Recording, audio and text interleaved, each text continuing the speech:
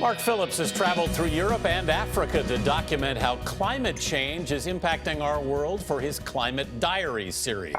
But this morning he reports from the far less traveled continent of Antarctica. A massive iceberg is poised to break away at a time of uncertainty over the U.S. government's policy toward climate change. Mark is aboard the Lindblad expedition's National Geographic Explorer with scientists who are using thousands of photographs to monitor the changing environment. Good morning and welcome to Sierra Cove, Antarctica. It's high summer here and the temperature's been soaring all the way up to around the freezing point. But when it comes to climate-related research, this is one of the hottest places on the planet. This is what summer looks like in Antarctica. An explosion of life in a place often thought of as a bleak, frozen wasteland. Fingers crossed. And an explosion of scientific research. Because this is the time of year when Antarctica is accessible and can be studied. This is when it reveals the secrets that have been locked into its ice.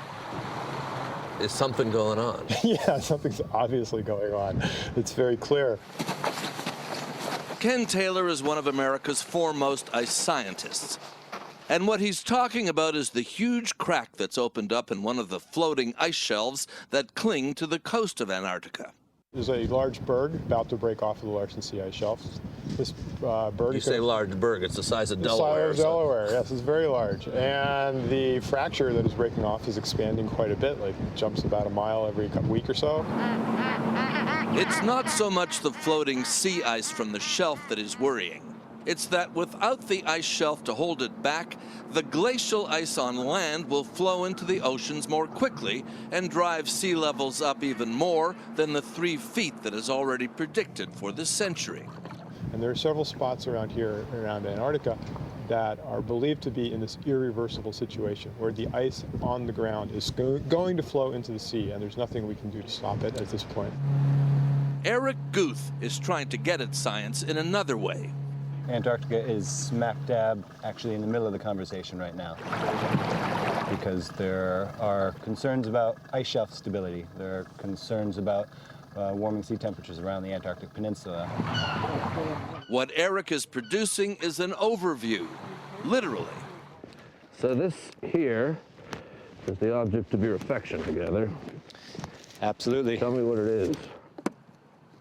Eric is part of the Extreme Ice Survey that is documenting the changes that are happening in pictures. Cameras placed at strategic locations snap one shot an hour, year-round.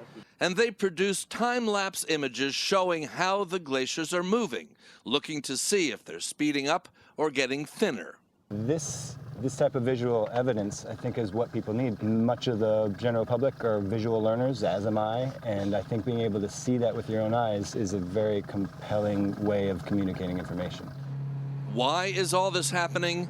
Again, the ice tells the story, and it is not in denial. Ken Taylor normally drills miles deep into the Antarctic ice cap to find the answers. That one. Sometimes, though, you can find them floating all around you. Trapped in the ice are bubbles of the air that was around tens of thousands of years ago when it was frozen. Air that had a fraction of the amount of the greenhouse gases in it compared to what the human race is pumping into the atmosphere now. Trapped in the ice, and if you release it, you can tell what the atmosphere was like 20, 50, 100,000 years ago. If you break this open and smell that air, you're smelling ancient air. It's really good air. It's like air before humans messed up the atmosphere. Yeah. Smells like ice.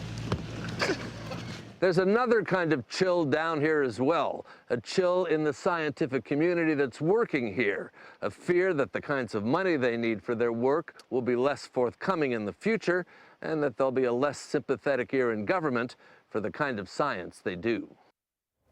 Mark Phillips in Antarctica, very dramatic So glad stuff. he's doing that. Yeah, Yeah, incredible reporting. I like that idea about a visual evidence. Yes.